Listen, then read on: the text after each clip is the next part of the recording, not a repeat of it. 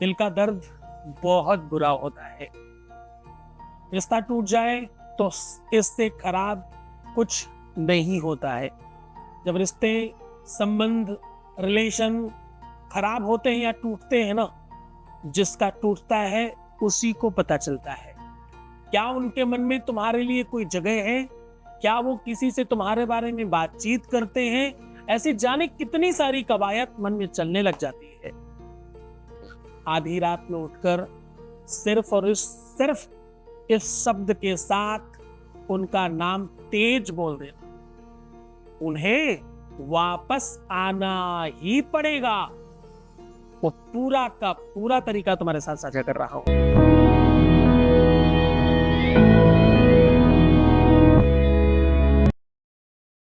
शादी के पहले और शादी के बाद की हर समस्या का समाधान किया जाता है। जीवन को मूल्यवान बनाकर तुम्हें जीवंत किया जाता है, तुम्हें फिर से जिंदा किया जाता है और मजबूत बनाया जाता है। वो प्लेटफॉर्म है जहां शादी हो नहीं रही हो या शादी चल नहीं रही हो या शादी होने में दिक्कत हो, शादी मनचाही करनी हो या लव लाइफ रिलेशनशिप में कहीं दिक्कत हो, ये सब निरंतर जारी है। यहाँ गीता, वेद, पुराण, शास्त्र, उपनिषद, बड़े बड़े ग्रंथों पर रिसर्च जो होता है, या 4000 लोगों की टीम है, निरंतर प्रयत्नशील लोग हैं और आपके जीवन को बेहतर बनाने के लिए निरंतर प्रयत्नशील है।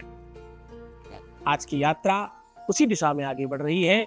आज हम कह रहे हैं कि रात्रि में जब भी नींद खुल जाए, आधी रात में उठकर बस ये शब्द को उनके नाम के साथ बोलना, उन्हें वापस आना ही पड़ेगा। बहुत सारे विचार बनते हैं। जब रिश्ता टूट जाए, संबंध खराब हो जाए, तो नाना प्रकार के विचार मन में आने लगते हैं। वो क्या सोचते होंगे, क्या कहते होंगे, क्या करते होंगे, मेरे बारे में बातचीत होती होगी क्या, मेरे बारे में किसी से पूछते होंगे, मेरे बारे में कुछ बातचीत करती होंगी या करते होंगे। कहीं कुछ भी ऐसी बात सुनने को मिल जाए तो मन बिल्कुल व्याकुल हो उठता है और उन्हीं की तरफ भागता रहता है। प्यार चीज ही उस बात का नाम है। प्यार शायद उस संवेदना, उस फीलिंग, उस सोच का नाम है जहां से सारी चीजें समाप्त हो जाती हैं। दुनिया में न व्यापार इससे बड़ा है, न संसार इससे बड़ा है, न परिवार इससे बड़ा है। प्यार दुनिया में सबसे बड़ा है। परमात्मा क्या बड़ा है? नहीं, परमात्मा से भी बड़ा प्यार है। जग में ऊंची प्रेम सगाई, सबसे ऊंची प्रेम सगाई।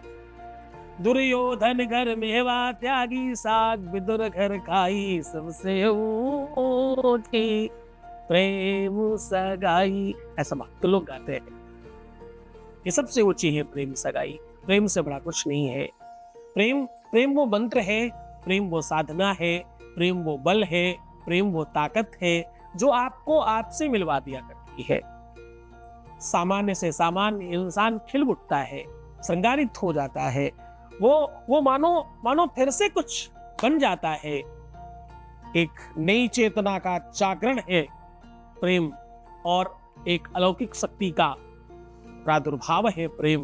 प्रेम से बड़ा विश्व में कुछ भी नहीं है। प्रेम है तो सब है, प्रेम नहीं तो कुछ भी नहीं। दुनिया में दुखों के और बड़े आयाम हैं, बड़े सारे रूप हैं। दुख नाना प्रकार के हैं। ईर्षी, घड़ी, संतुष्ट, ईर्षा, घृणा, क्रोध, एंजाइटी, मनस्थिति, नाना प्रकार के दोष हैं। लेकिन साहब, सुख तो केवल एक ही है। और ये कैसा सुख है? कहते माते रक्षति पिते वही ते नियुंते। माता पिता से जब मिलता है, माते रक्षति पिते वही ते नियुंते, कामते वचाभिर्मयति चपनी वखेदं। और आगे क्या कहते? कहते कीर्तिश्च दिक्षु विमला वितनोति लक्ष्मी,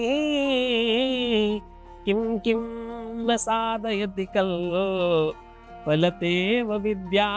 कहते हैं जिस प्रकार से कल्पलती विद्या काम करती है, बिल्कुल वैसा ही प्रेम है। प्रेम और उसमें कोई अंतर नहीं है।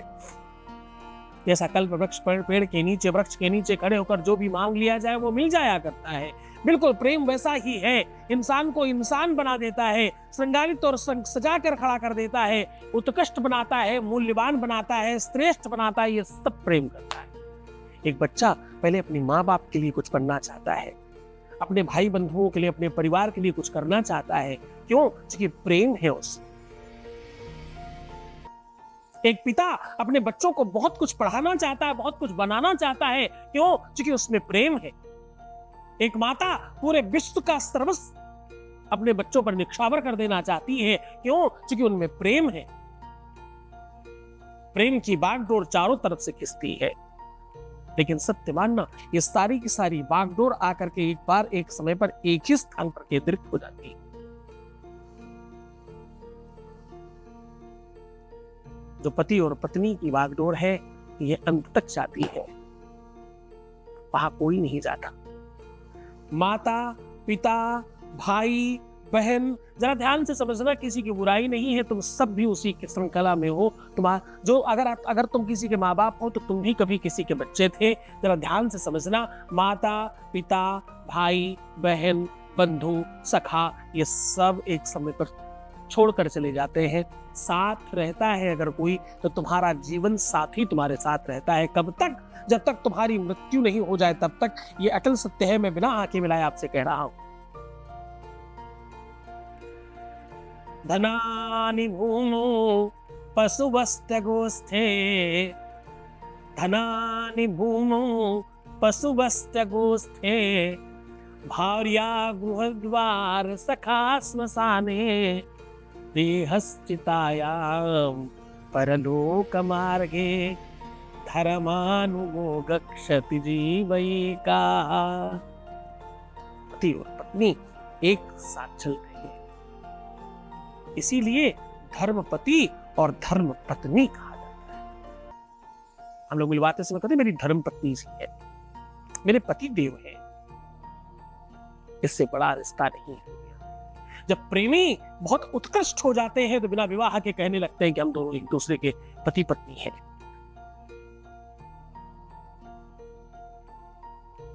मान लिया है ऐसा, सोच लिया है ऐसा, चाह लिया है ऐसा, बांध लिया है इस प्रकार से ऐसा अपने आप को कि इनके अलावा मुझे कोई और दिखता ही नहीं है। अगर वो नहीं चाहते तो भी तुमने तो चाहा है ना, तुम क्यों अटक हो रहे हो, तुम क्यों टगमगा रहे हो? तुम्हें अगर संदेह है अपने प्यार पर, मिलेगा कोई पता नहीं, शायद नहीं मिले तो क्या करेंगे? कहीं वो किसी और का हो गया या हो गई तो क्या करेंगे? ये सब संदेह और भ्रम तुम्हें समाप्त कर रहे हैं बच्चों। सावधान, इन सब चीजों से बाहर आ जाओ।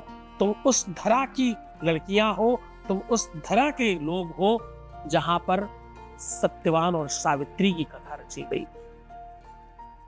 सावित्री ने यमराज से भी कह दिया कि जाओ, अभी मैं आदेश नहीं देती अपने पति को ले जाने का। क्यों डिगते हो? क्यों भ्रमित होते हो? क्यों डगमगा रहे हो? मैं तुम्हारा पिता भी हूं, तुम्हारा भाई, तुम्हारा दोस्त, तुम्हारा गुरु, सब कुछ हूं। क्यों परेशान हो? तुम्हारी हर विषमता में तुम्हारे साथ खड़ा हूं। बस तुम ठीक रहो।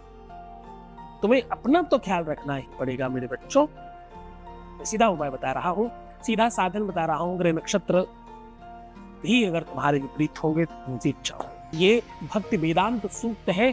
जो लोग भक्त हैं, जो वेदांत सुनते हैं, जो सच में वेदों को समझते हैं और अच्छी कथाओं में गए होंगे, सामान्य कथाओं में नहीं, रोजमर्रा की जो आप टीवियों पे हल्की फुल्की कथाएं देखते हैं वो नहीं, किसी अच्छे संत को जब आपने सुना होगा तो आपने ये नवथा भक्ति का पूरा ज्ञान सुना होगा।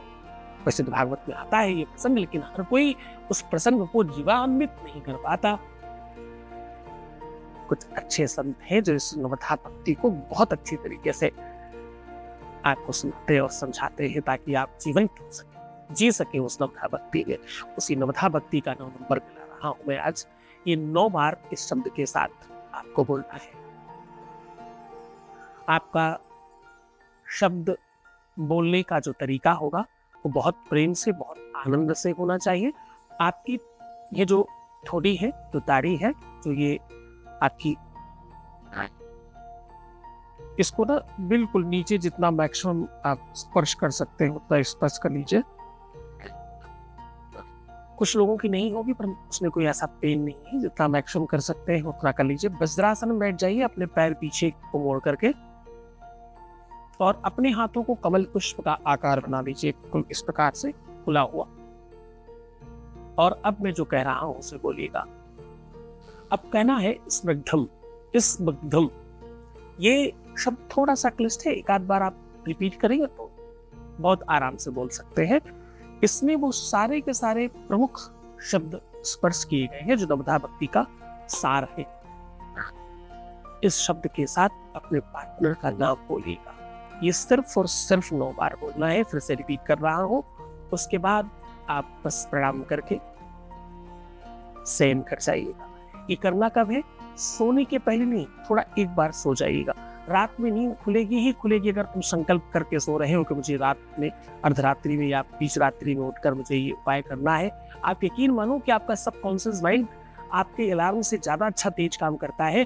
कभी भी तुम चेक करके देख लेना, अपने आप से सोते समय रात में कह देना कि मुझे अपना ही नाम लेकर, फलाने, अरे सुनो भाई एक काम करना, सुबह मुझे इतने बजे जगा देना। देखना तुम उतने ही बजे उठ चुके होगे। घड़ी मिला लेना, घड़ी पीछे हो सकती है, तुम पीछे नहीं होगे, 2-4-5 मिनट पहले ही तुम उठ चुके होगे। ये एक ऐसा सेंस है, एक ऐसी व्यवस्था है तुम्हारे अंदर जिसको तुम समझ नहीं पाए आज तक।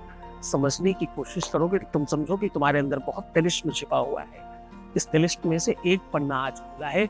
इसे बहुत मनोयोग से करना, पूरी श्रद्धा और विश्वास के साथ करना, तुम जीत जाओगे। और सिर्फ अपना ख्याल रखना है। तुम जितना ठीक रहोगे हम उतनी जल्दी और चीजों को ठीक कर पाएंगे। प्रश्न, तुम सिर्फ अपना ख्याल रखो, मैं तुम्हारा, तुम्हारे प्यार का, परिवार का, सबका ख्याल रख रहा हूं। यकीन रखो इस बात पर। ओम नमः शिवाय।